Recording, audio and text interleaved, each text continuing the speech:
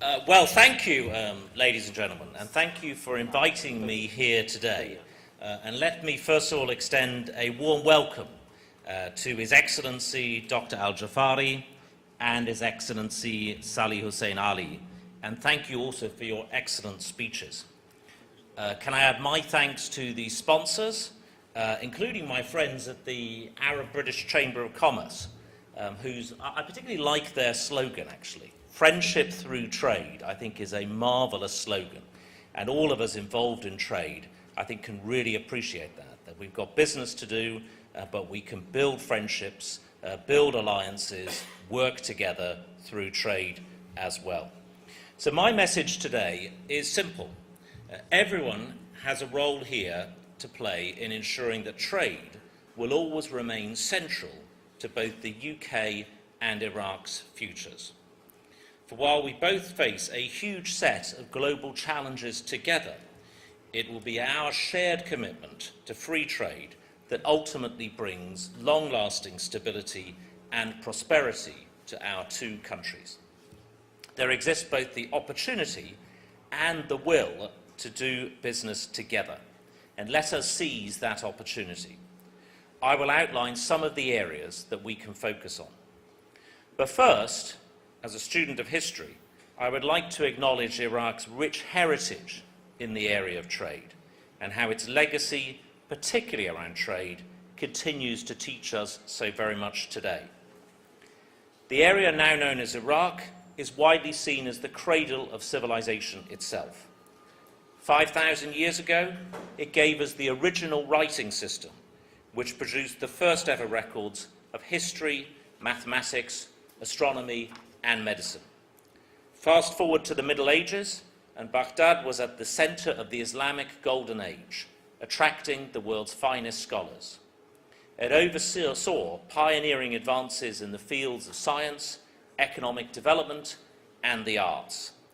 The city was an important junction on the Silk Road, serving as a crossroads for trade to Europe, Southeast Asia, and even East Africa. Everything from silk to Kashani tiles passed through its lively markets.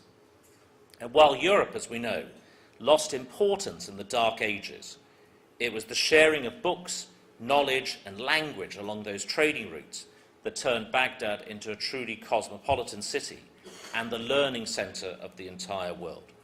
So what does this teach us? It shows that trade fosters not just economic growth, but creates the conditions for culture, academia, and societies to flourish.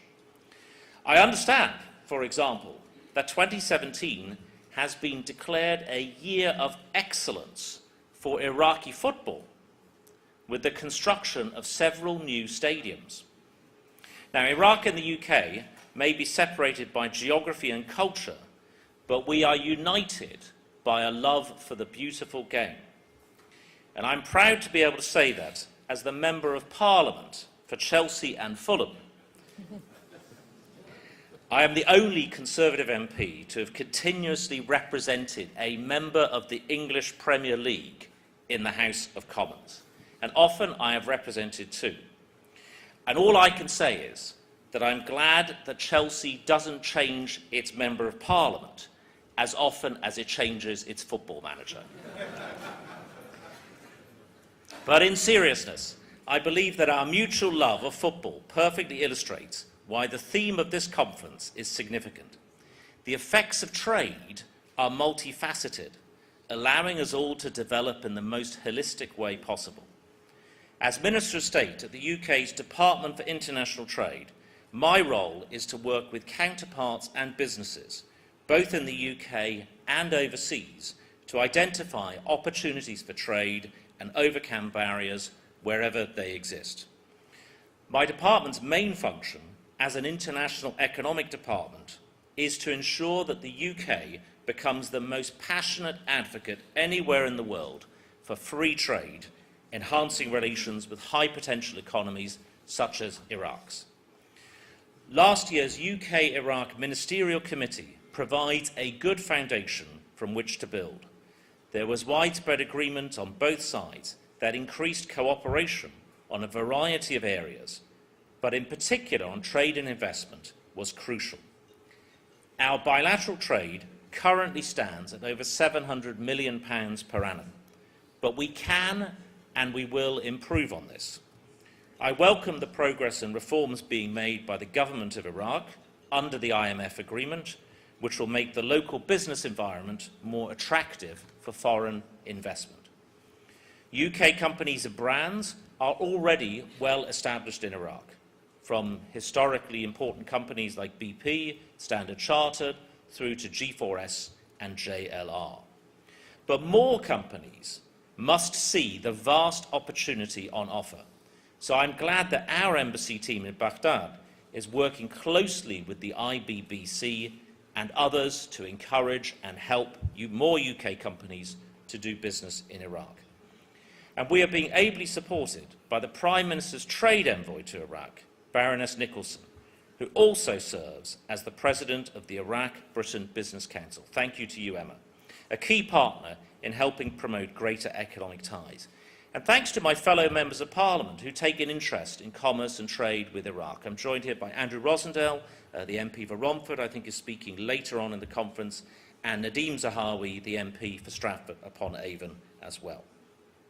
But, ladies and gentlemen, if we are to see bilateral trade increase, we must reduce the barriers to export, which still exist. UK Export Finance, the UK government's export credit agency, which now sits in my department, ensures UK companies have the financial backing to win and fulfil contracts around the world. Where in the past deals may have been under threat due to a lack of finance or insurance, UKEF, UK Export Finance, support allows UK and Iraqi firms to do business with confidence. The signing of the Iraq-UK MOU in March signalled an increase in UKEF support for infrastructure projects up to £1 billion of cover per year, and I'm delighted also to have with me Louis Taylor, who's the Chief Executive of UK Export Finance. That means that UK firms can better share their infrastructure expertise to help Iraq refurbish its power generation facilities, upgrade its airports and roads, and help with the building of hospitals. And you'll hear more about the support UKEF provides when Louis speaks at the next session. Another area of future cooperation will be around oil and gas. Iraq, as I think we all know, has the world's fourth largest proven oil reserves, sixth largest gas reserves, and huge untapped potential across both. The International Energy Agency estimates that 46% of global oil production could come from Iraq by the year 2035. Despite relatively low oil prices, the UK firms remain strategically well placed in areas such as Rumalia and Mashnun. The UK supply chain, built over 50 years, is ideally placed to support the government of Iraq's ambition to increase oil production to 6 million barrels per day by the year 2022. But while the UK and Iraq look to strengthen economic ties in these areas, our relationship is actually much more diverse. The UK stands ready to continue supporting the government of Iraq in bringing peace, stability, and prosperity to all parts of the country.